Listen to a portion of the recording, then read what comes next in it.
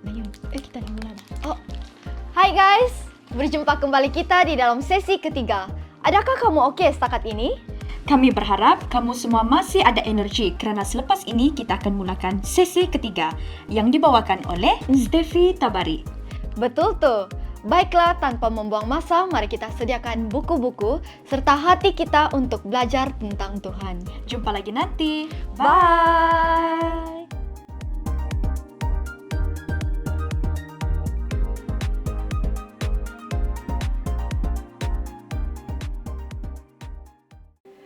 Shalom semua, kembali juga kita ke sesi yang ketiga pada hari ini. Saya harap kamu semua sudah cukup rehat tadi kan dan dapat memproses pelajaran kita pada sesi yang kedua tadi. Nah, tanpa membuang masa, mari kita teruskan dengan latihan teguh dengan huraian tentang Roh Kudus.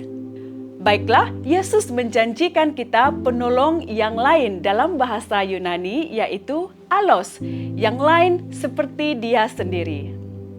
Dalam Yohanes pasal 4 ayat yang ke-16 berkata, Aku akan memohon kepada Bapa dan Bapa akan mengurniaimu penolong yang lain yang akan menyertaimu selama-lamanya. Penolong itu roh kebenaran. Dia tetap di dalammu dan akan ada di dalam dirimu. Roh Kudus adalah penolong yang lain yang dijanjikan oleh Yesus.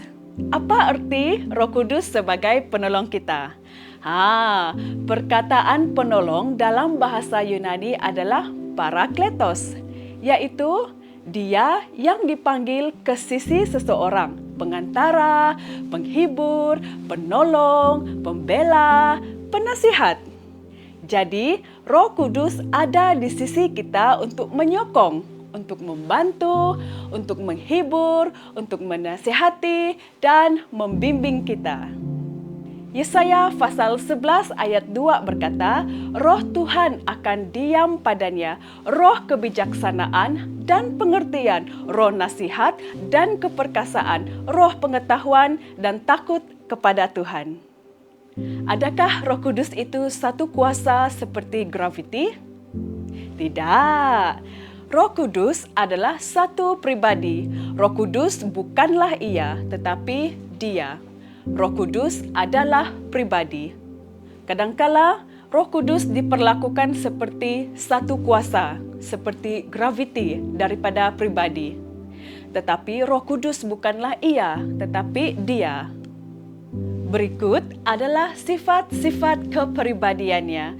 Yang pertama, Dia menginsafkan dunia tentang dosa dan kebenaran dan penghakiman, dan Dia memberi petunjuk dan berfirman. Yang kedua, Dia mengajar. Yang ketiga, Dia memberi alasan. Yang keempat, Dia berfikir dan memahami. Yang kelima, Dia mengkehendaki. Yang keenam, Dia merasakan. Dan yang ketujuh, Dia memberikan persekutuan pribadi. Selain itu, Roh Kudus juga digambarkan melalui nama yang berbeza, seperti Roh yang baik, Roh Allah, penolong, penasihat, Roh kebenaran, Roh Kristus, Roh menjadi anak atau anak angkat, Roh kasih karunia. Ini adalah kerana Roh Kudus adalah Allah. Dalam Kisah Para Rasul pasal 5 ayat yang ketiga, Petrus berkata, Ananias, mengapakah iblis memenuhi hatimu sehingga kau berdusta kepada Roh Kudus? Dan ayat yang keempat, kamu bukan berdusta kepada manusia tetapi berdusta kepada Allah. Maksud berdusta kepada Roh Kudus adalah berdusta kepada Allah. Seperti di dalam 1 Korintus pasal yang ketiga ayat 16 mengatakan, kamu adalah bait Allah kerana Roh Allah tinggal di dalam dirimu. Kamu adalah bait Allah, iaitu bait Roh Kudus. Baiklah semua, berikut akan menunjukkan keilahian Roh Kudus. Keilahian Roh Kudus yang pertama adalah pencipta. Dalam Mazmur 104 ayat 30 mengatakan, Engkau menghantar rohmu lalu mereka dicipta.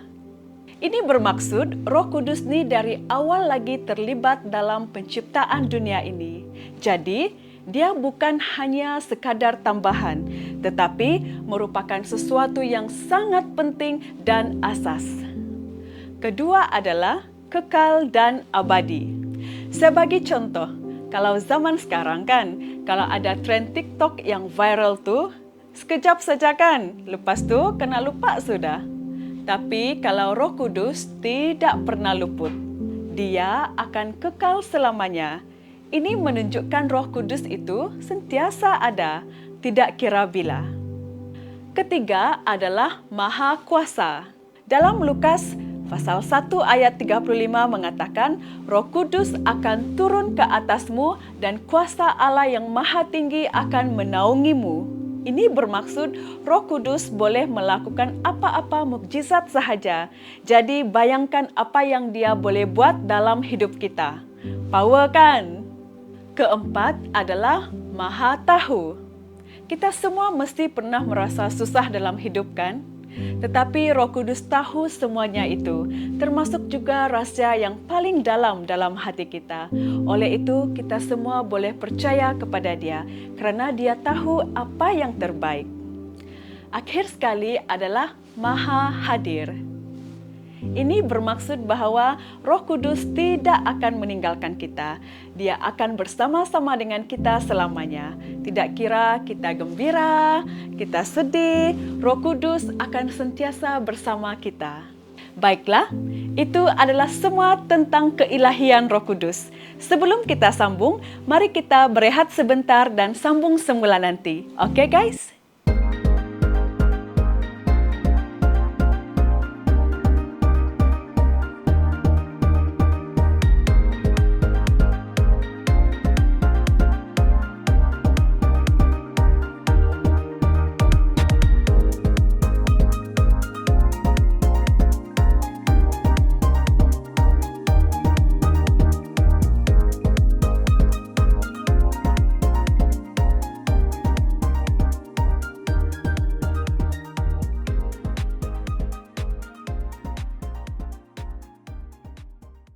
Baiklah semua, selamat kembali.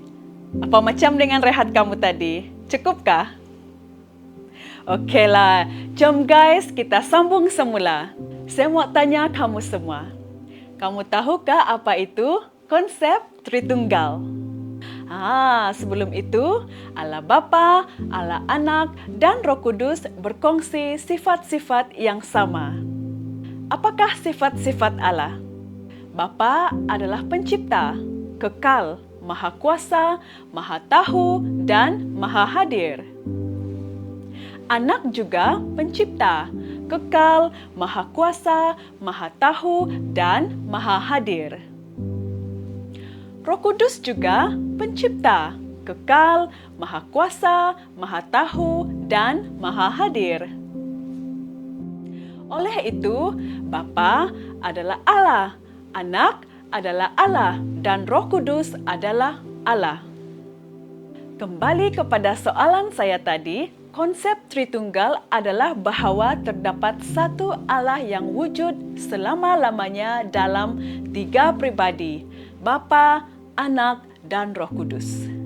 Kewujudan merujuk kepada sesuatu yang ada dengan sifat-sifat atau intipati tertentu. Ia merujuk kepada apa kamu, seperti meja dan kerusi. Pribadi merujuk kepada kepribadian atau sifat-sifat kewujudan. Ia merujuk kepada siapa kamu atau identiti kamu. Sebagai contoh, apa kamu merujuk kepada kamu sebagai manusia. Kamu mempunyai sifat-sifat dan ciri-ciri seorang manusia. Sebaliknya, siapa kamu merujuk kepada sifat kewujudan kamu. Kamu sebagai seorang yang mempunyai identiti dan kepribadian kamu sendiri. Kamu adalah satu kewujudan dan kamu mempunyai satu pribadi. Kamu adalah satu apa dan satu siapa.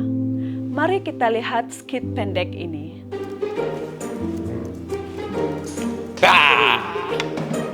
Apa kamu? Apa saya? Manusia lah, Bah.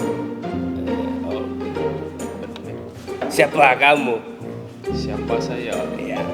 Jethro, saya Jethro. Kau dah kenapa? Oke. Ih, pelik. Selain itu pula, Allah adalah kewujudan ilahi dengan sifat-sifat atau ciri-ciri Allah. Namun, Allah berbeza dengan makhluk ciptaan dan wujud dalam 3 pribadi, Bapa, Anak, dan Roh Kudus. Allah adalah satu kewujudan ilahi. Tetapi Allah adalah 3 pribadi, Bapa, Anak, dan Roh Kudus. Allah adalah apa dan 3 itu adalah siapa? Mari kita lihat skit kedua pula. Hei! Astaga. Apa itu Allah? Apa itu Allah? Allah itu kewujudan ilahi lah. Oh, siapa itu Allah? Siapa itu Allah? Soalan kau ni kan bonus-bonus ah. Allah itu Bapa, Anak, dan Roh Kudus lah. Dah, sambung kerja nih. Pergi. Ih. Oleh itu, kepribadian setiap ahli Tritunggal bermakna setiap pribadi mempunyai pusat kesedaran yang tersendiri. Mereka berhubung antara satu sama yang lain secara pribadi. Bapa menganggap dirinya sebagai aku, manakala dia menganggap Anak dan Roh Kudus sebagai engkau. Begitu juga Anak menganggap dirinya sebagai aku, tetapi Bapa dan Roh Kudus sebagai engkau. Baiklah, konsep Tritunggal boleh dijelaskan seperti berikut. Allah itu Esa, satu. Allah sentiasa hadir dalam kesatuan sempurna 3 pribadi yang berbeza, yang kekal dan setara, Bapa, Anak, dan Roh Kudus. Selain itu, setiap pribadi dalam Tritunggal adalah Allah dan memiliki sifat-sifat yang sama, setara, dan sederajat. Contohnya, kekal, maha kuasa, maha tahu, dan maha hadir. Hanya peranan setiap pribadi dalam Tritunggal adalah berbeza. Baiklah, kamu semua tahukah bahawa perkataan Tritunggal tidak terdapat di dalam Alkitab, tetapi konsep itu jelas wujud. Perkataan Trinity, Tritunggal, diperolehi daripada perkataan Latin, Trinitas, iaitu gabungan perkataan Trinus, 3 kali ganda, dan unitas, kesatuan atau lengkap. Kita tidak percaya kepada Tritunggal kerana perkataan itu, tetapi kerana apa yang diajar oleh Alkitab. Tidak, yang dimaksudkan di sini adalah mempunyai 3 Allah. Selain itu, bahawa Bapa, Anak, dan Roh Kudus adalah 3 bentuk Allah. Bapa, Anak, dan Roh Kudus bukanlah 3 bentuk Allah. Masing-masing adalah Allah yang wujud pada masa yang sama. Bahawa Bapa, Anak, dan Roh Kudus adalah bahagian atau kepingan Allah. Bapa, Anak, dan Roh Kudus bukan bahagian atau kepingan Allah. Itu akan membayangkan bahawa Yesus adalah sepertiga Allah, Bapa adalah sepertiga Allah, dan Roh Kudus adalah sepertiga Allah. Bapa, Anak, dan Roh Kudus masing-masing adalah Allah dengan sepenuhnya. Alkitab jelas mengenai kesatuan Allah. Pertama, dengarlah wahai Israel, Tuhan ialah Allah kita. Tuhan itu Esa. 1. Yang kedua, kita tahu bahawa Allah itu Esa. Yang ketiga, hanya ada satu Allah dan hanya ada satu pengantara antara Allah dengan manusia, iaitu seorang insan, Kristus Yesus. Walau bagaimanapun, Alkitab juga mengandungi penyataan yang jelas mengenai kepelbagaian dalam kesatuan itu. Dalam Kejadian, pasal 1 ayat 1, pada mulanya Allah.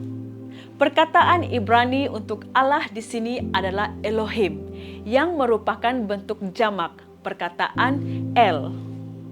Selain itu, Kejadian mengatakan, berfirmanlah Allah, baiklah kita menjadikan manusia menurut gambaran dan rupa kita. Ayat 27, maka Allah menciptakan manusia menurut gambarannya. Menurut gambaran Allah, Dia menciptakan mereka, lelaki dan perempuan. Bahagian pertama Kejadian pasal 1 ayat 26 mengatakan kita merujuk kepada kemajmukan Allah. Tetapi bahagian kedua pasal 1 ayat 27 mengatakan Allah menciptakan manusia menurut gambarannya sendiri yang tunggal. Yesaya pasal 48 ayat 16. Sekarang Tuhan Allah telah mengutus aku dengan roh-Nya. Ayat ini merujuk kepada ketiga-tiga pribadi Tritunggal. Tuhan Allah merujuk kepada Bapa, mengutus aku merujuk kepada Mesias, dan roh-Nya merujuk kepada Roh Kudus. Yesaya pasal 61 ayat 1. Roh Tuhan Allah ada padaku, kerana Tuhan, Yahweh, telah mengurapi aku. Ayat ini juga merujuk kepada ketiga-tiga pribadi Tritunggal. Roh Tuhan Allah merujuk kepada Roh Kudus. Padaku merujuk kepada Mesias, dan Tuhan, Yahweh, merujuk kepada Bapa. Baiklah, terdapat beberapa peranan setiap pribadi dalam Tritunggal yang berbeza. Apakah peranan-peranan dalam Tritunggal? Yang pertama ialah peranan Bapa, sumber segala sesuatu, pencipta alam semesta, pemelihara kehidupan. Bapa memulakan wahyu ilahi.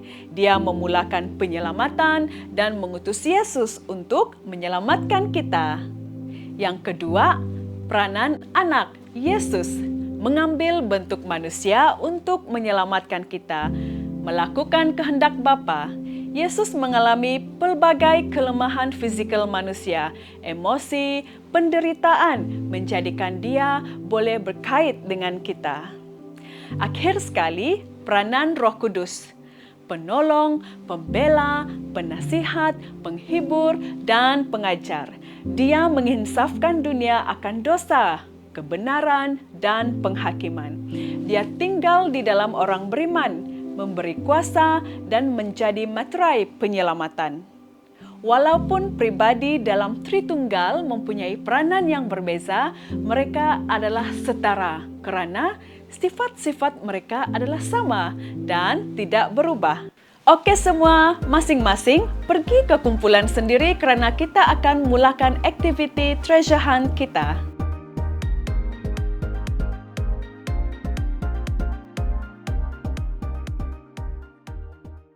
Ketiga-tiga pribadi Tritunggal dikaitkan bersama atas asas yang sama. Sebagai contoh, penyelamatan.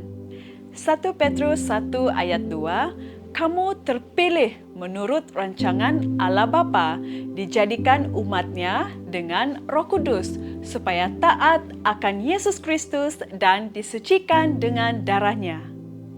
B. Pengudusan. 2 Korintus 13:14. Semoga kasih karunia Tuhan Yesus Kristus, kasih Allah dan keakraban Roh Kudus menyertai kamu semua. C. Pembaptisan Kristian. Matius 28:19. Baptislah mereka dengan nama Bapa, Anak, dan Roh Kudus. Perhatikan, dibaptis dalam satu nama yang tunggal, bukan nama-nama yang jamak. D. Doa. Efesus 3:14. Dengan sebab itulah aku bertelut kepada Bapa. Aku berdoa semoga Dia mengurniakan kepadamu kekuatan melalui Roh-Nya dalam dirimu. Semoga Kristus mendiami hatimu melalui iman. Baiklah, yang seterusnya adalah ilustrasi Tritunggal. Terdapat banyak percubaan untuk menggambarkan ilustrasi Tritunggal. Walau bagaimanapun, tiada ilustrasi yang tepat.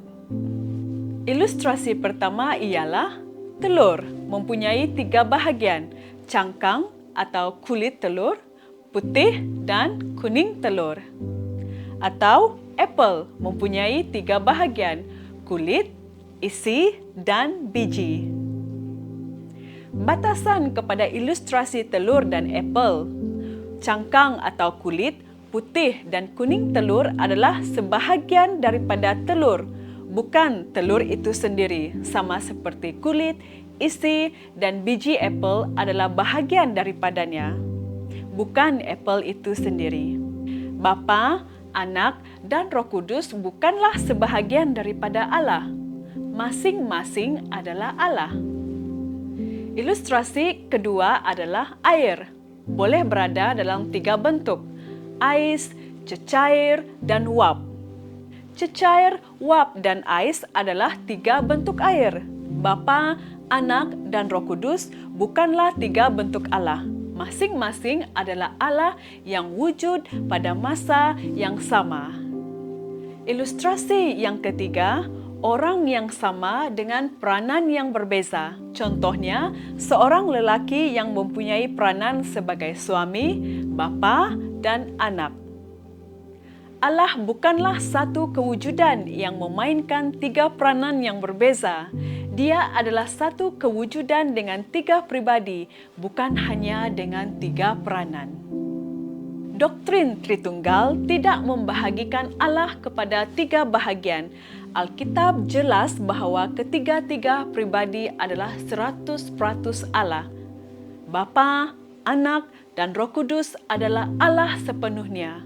Sebagai contoh, Kolose 2 ayat 9 berkata tentang Kristus, dalamnya terhimpun seluruh ketuhanan berbentuk jasmani. Ilustrasi secara matematik pula.